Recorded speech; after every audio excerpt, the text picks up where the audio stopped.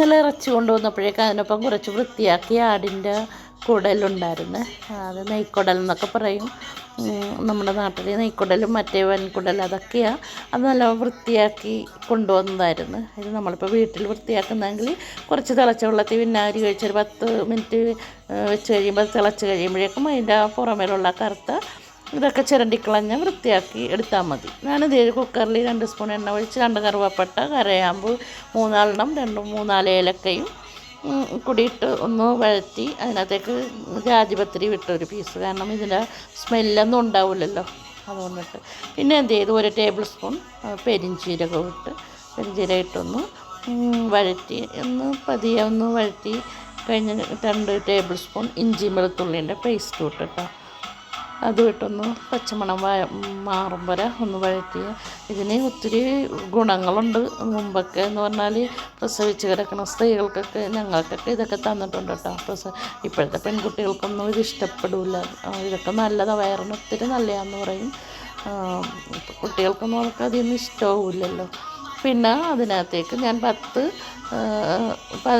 ഉള്ളിയും ഒരു സവാളയും, ഒരു ചെറിയ സവാളയും 20 ഉള്ളിയും ചെറിയ സവാളയും പൊടിയരിഞ്ഞത് അതും ഇട്ട്. ഇവിടെ ഉള്ളി കിട്ടാറില്ല കേട്ടോ, അതിന് പകരം ഞാൻ സവാളയാണ് ഇട്ടേക്കുന്നത്. ഞാൻ കണക്കാണ് പറഞ്ഞത് അളവ്. പിന്നെ 1 സ്പൂൺ ഉപ്പും കൂടി ഇട്ടതിന് ശേഷം അത് നല്ലവണ്ണം ഒന്ന് വഴറ്റി അങ്ങനെ അല്പം അങ്ങനെ വഴറ്റി. അധികം എണ്ണ ഒഴിക്കില്ല, കാരണം ഇതിൽ നിന്ന് ഓയിൽ ഇങ്ങോട്ട് വരും.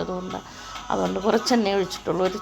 2 ടേബിൾ സ്പൂൺ ഒഴിച്ചിട്ടുള്ളൂ. അതിനകത്തേക്ക് ഒരു വലിയ തക്കാളി, ചെറുതാണ് 2 തക്കാളി ഇട്ട്, അതിൻ്റെ വലിയ തക്കാളിയായിരുന്നു. വലിയ തക്കാളിയും 3-4 പച്ചമുളകും കീറിയിട്ട് അതും ഇങ്ങനെ നല്ലോണം ഒന്ന് വഴറ്റി. വലിയൊന്നും വേണ്ട, അതേ കണ്ടോ അങ്ങനെ ഒന്ന് വഴറ്റി. ആ ഒരു ഭാഗമായപ്പോഴേക്കും ഞാൻ എന്ത് ചെയ്തു, ഒരു ചെറിയ സ്പൂൺ മഞ്ഞൾ പൊടി ഇട്ട് 2 സ്പൂണ് മല്ലിപ്പൊടി ഇട്ട്, 2 ടേബിൾ സ്പൂൺ മല്ലിപ്പൊടി ഇട്ട് അത് വന്ന് അതിൻ്റെ പച്ചമണമൊക്കെ അങ്ങോട്ട് മാറി വരുന്ന സമയത്ത് കുറച്ച് കാശ്മീരി ചില്ലി, ചെറിയ സ്പൂണാണ് കേട്ടോ കാശ്മീരി ചില്ലി ഇട്ട, കാരണം പിന്നെ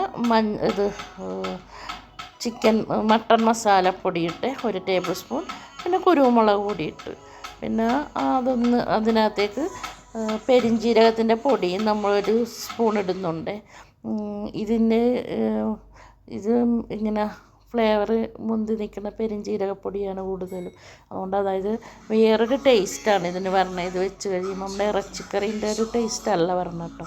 അപ്പോൾ അതിനകത്തേക്ക് 1 കപ്പ് വെള്ളം ഒഴിച്ച് ആ മസാല നല്ലവണ്ണം മിക്സ് ചെയ്ത് അതിങ്ങനെ പതിയെ ഒന്ന് തിളച്ച് വരുമ്പോഴേക്കും നമ്മൾ വൃത്തിയാക്കി വെച്ചേക്കുന്ന ഈ കുടലി, പോട്ടിയെന്നൊക്കെ പറയും, പല സ്ഥലത്ത് പല പേരാണ് പറയുന്നത്.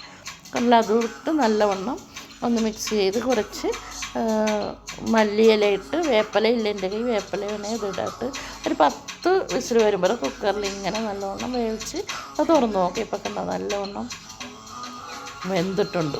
10 വിസിൽ വന്നപ്പോൾ തന്നെ വെള്ളമൊന്നും ഒതുകില്ല, ഇങ്ങനെ വരട്ടിയ പോലെയായി. അതിനകത്തേക്ക് ഞാൻ എന്ത് ചെയ്തു, 3-4 പച്ചമുളക് പച്ചങ്ങ അതും നുറുക്കിയിട്ട് ഒരു ചെറിയ സവാളയും നുറുക്കി അത് വിട്ട് 1 കഷ്ണം ഇഞ്ചിയും ഗ്രേറ്റ് ചെയ്തിട്ട് പിന്നെ അത് വേവിക്കൂലേ, അങ്ങനെ വെറുതെ ഒന്ന് ചൂടാക്കിയാൽ മതി. നമ്മൾ കോരി എടുക്കുന്നതിന് മുമ്പായിട്ട് ഉണ്ടാകും. അതിനുശേഷം ബൗളിലോട്ട് നമുക്കിപ്പോൾ കഴിക്കാനായിട്ടുള്ള ബൗളിലോട്ട് മാറ്റിയതാണ് ഈ കാണുന്നത്.